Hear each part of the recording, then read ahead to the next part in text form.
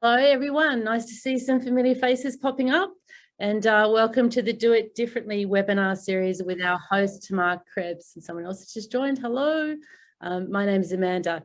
I want to begin today by acknowledging the traditional custodians of the land on which we meet and pay my respects to their elders, past, present, and emerging. So in today's webinar, we're going to be discussing, is there a social norm and how our own judgment can impact someone's life? I also want to thank you for all being here and ask you to keep exploring, connecting and sharing with us today. Please feel free if you haven't, can't see everyone, but to pop on your camera. And if you have any questions or comments throughout the webinar, you're definitely not interrupting, just pop them in the chat and we'll address them. So without further ado, I'd like to introduce you to Tamar, the founder of Group Homes Australia and the Executive Director. Thanks, Tamar. Good afternoon, everybody. Really excited to have you all here with us for our last webinar of 2021. It's been a really fantastic year with lots of learning and lots of creative outcomes. And so really excited to explore today, is there a social norm? And I suppose like every webinar, if this is your first webinar, welcome. If it's your second or third, you know that we like interaction. So please feel free to pop when I ask a question, either unmute yourself or put something in the chat. Either way works. So my first question to start off, if you've met one person living with dementia, you know the end of the sentence. If you've met one person living with dementia, you've met one person living with dementia. And so people might have the same diagnosis, but like a succulent, there are tens of thousands of different types, and some need a lot of sunlight, and some need a lot of water, and some need less water and less sunlight. But we don't have a one-size-fits-all approach. And that's how we start every webinar, really identifying and humanizing that we're not talking about diagnoses, we're talking about people. And people are individualized and humanized. And so keeping that in mind, today's session is going to be a little bit different. It's not so much about the content about dementia, but it's a framework that I hope I can help expand the way you think about something in a particular way.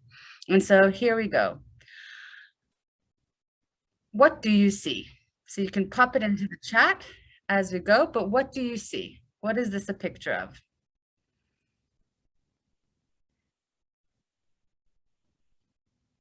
Amanda, do you want to help me call it out if anyone's popped it into the chat? So what do you see? Oh, we've got two people faces, vase and two profiles. Interesting. A vase, two faces. Okay, fantastic. So some people are seeing a vase, some people are seeing two profiles. Next one. What do you see? Oh. I'll go first. So Jane's sort of closing one eye and trying to see what you see, turn upside down maybe. But what do you see? So woman's profile, older woman, a lady with a cool hat from Ella, a young lady. Oh, that's interesting. An older lady, cool hat. If you stand back, can everyone see the old lady? Give me a thumbs up if you can see the old lady. Okay, so I'm gonna take my arrow and I'm gonna, can you see my arrow? This is the nose of the old lady. And this is the mouth. This is her hair. This is her bonnet. And this is her hair. This is her eye. Can you see that? Yes. So that's the old lady. But there's also a young lady.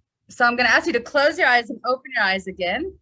Now, here, this is the jawline of the young lady. And this is her eyelashes and her nose. And this is her hair. Can you see it? Give me a thumbs up if you can see the young lady. So at the first glance, it would be fair to say that some saw an old lady, some people saw a young lady, and you couldn't really see the difference. Once your eye got a little bit adjusted, now you can see both. The thing that we were looking at beforehand was really very much a vase, was the two people facing each other. So in fairness, when there's no right or wrong, it's just a different perspective. There's no that you're right if you saw a profile, you're wrong if you saw the vase, or you're right if you saw the old person and you're wrong if you saw the younger person. It's just the way you look at something. And so when we're looking at, and today, I guess what we're gonna delve into a little bit different is when you're interacting with care partners or people living with dementia, there's a lot of different ways of looking at one situation. There's no one way that's right. There's no one truth. Every person has, like we've mentioned in previous webinars, everybody has their life story. Everybody has different brain changes. Everybody has different things that give them the purpose and meaning. What I enjoy doing is different to what Isabel might enjoy doing, or what Jacinda enjoys doing. Every person has different things that they hold precious to them, and we have different things that make us flourish. And so holding on to that mindset of that there isn't one truth, that there's no right or wrong answer when it comes to care. There are different perspectives, and taking those different perspectives as care providers or care partners, we can then go to the next level of discussion. So today I'd like to discuss with you a few points of view, and I'd love your feedback. So this is John, and obviously his name isn't John, but this is a case study of a real person. John grew up in Poland and he moved to Australia in his probably late 40s. And I met John the first time in a grand rounds of a hospital where there was a whole multidisciplinary team of geriatricians, psychiatrists, physios, occupational therapists, social workers, discharge planners, registered nurses. Everyone was talking about John. So John was a gentleman that was a tradesperson his entire life, very physical, very much would but from Polish backgrounds. And so by 10 o'clock in the morning, he would start drinking, and he enjoyed his drinking.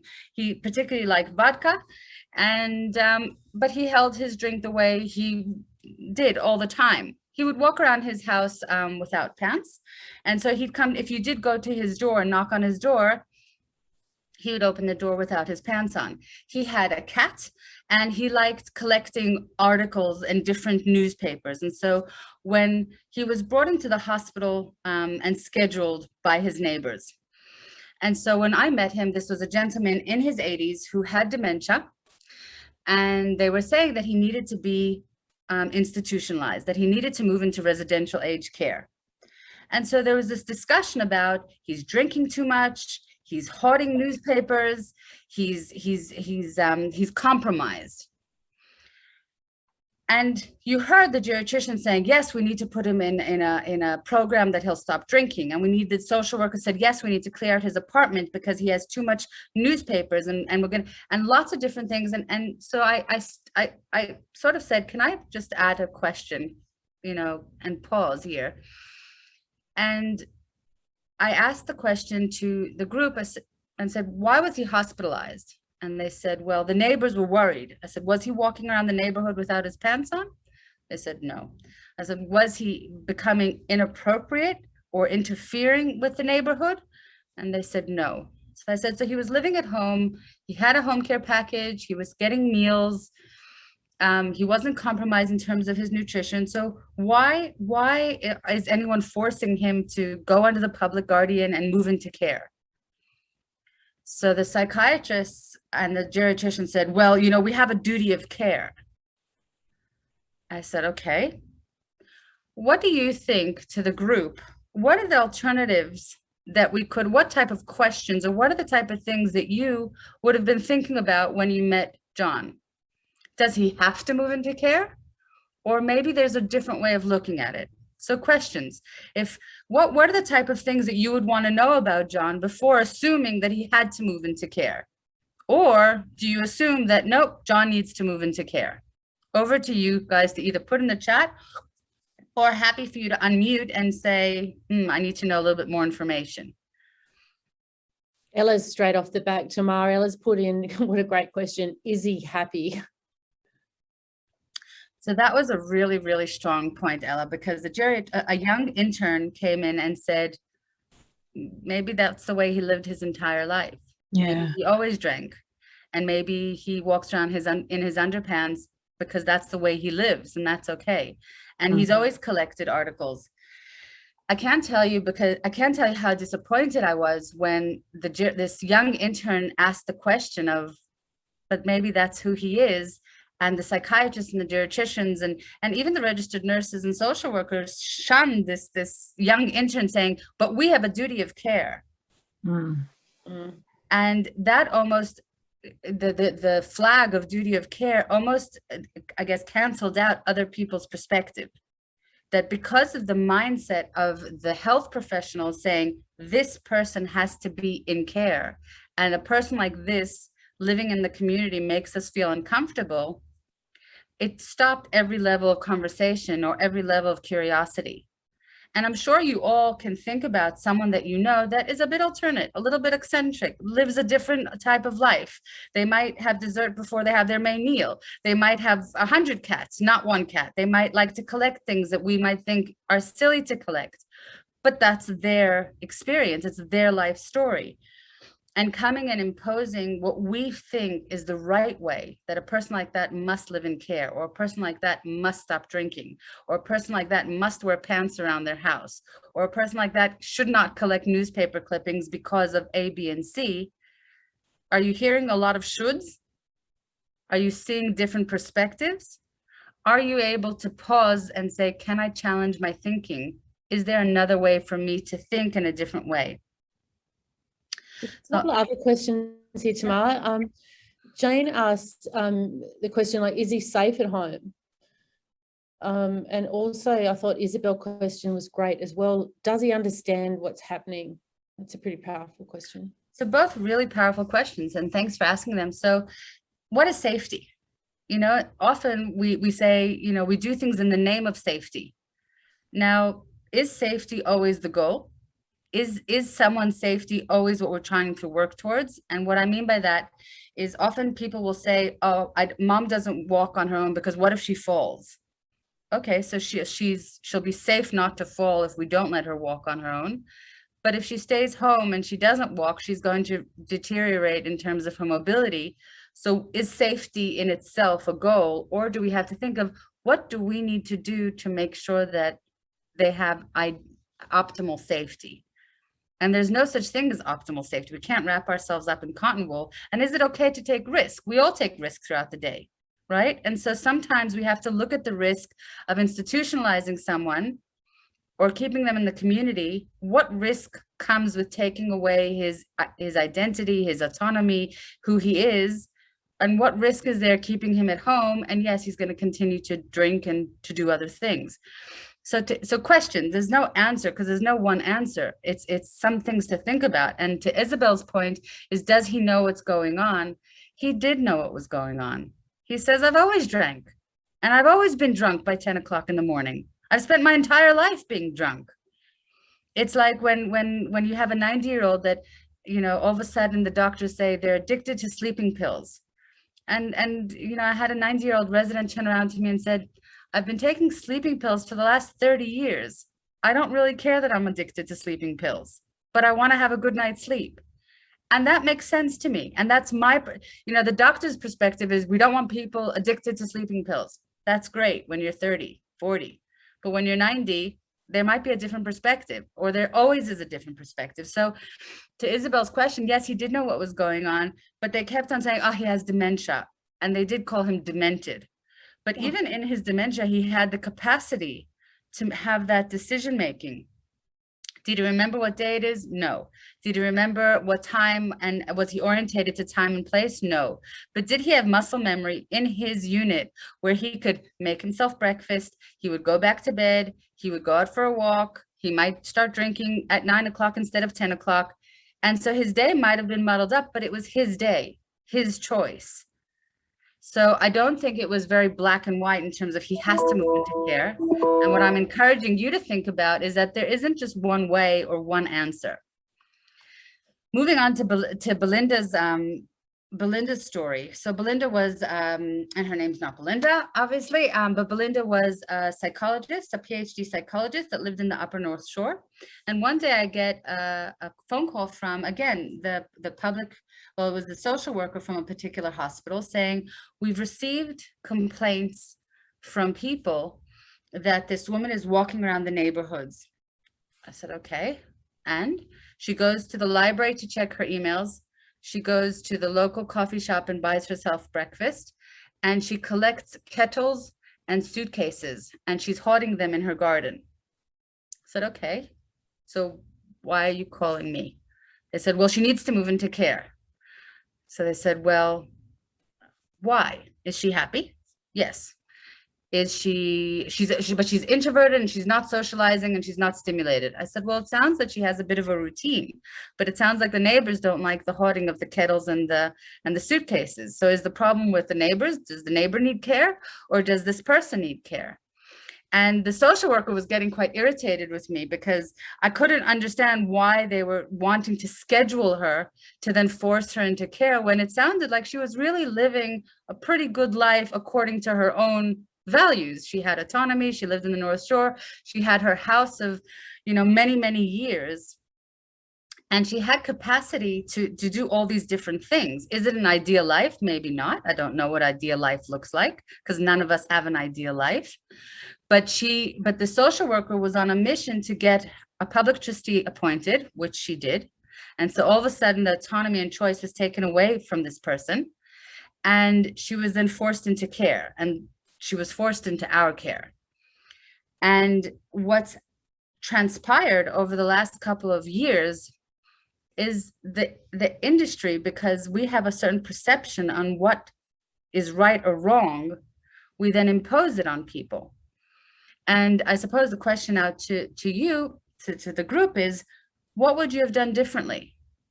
What could you have done differently? Was she living a safe life? Was she aware of what she was doing? Did she have a routine? Was she stimulated? Was she getting exercise? Was she as clean as she could be? Maybe not. Maybe she didn't shower. But again, showering is a personal preference. So again, over to you. Does this person have to be in care, or is there another way to look at it? Question.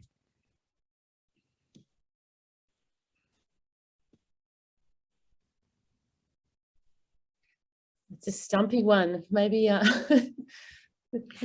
it's a hard one. Many different things. Oh, Isabel's off the mark. She said, talk to her. What a beautiful comment. Exactly. And beautiful, Isabel, because that was the one thing that no one did.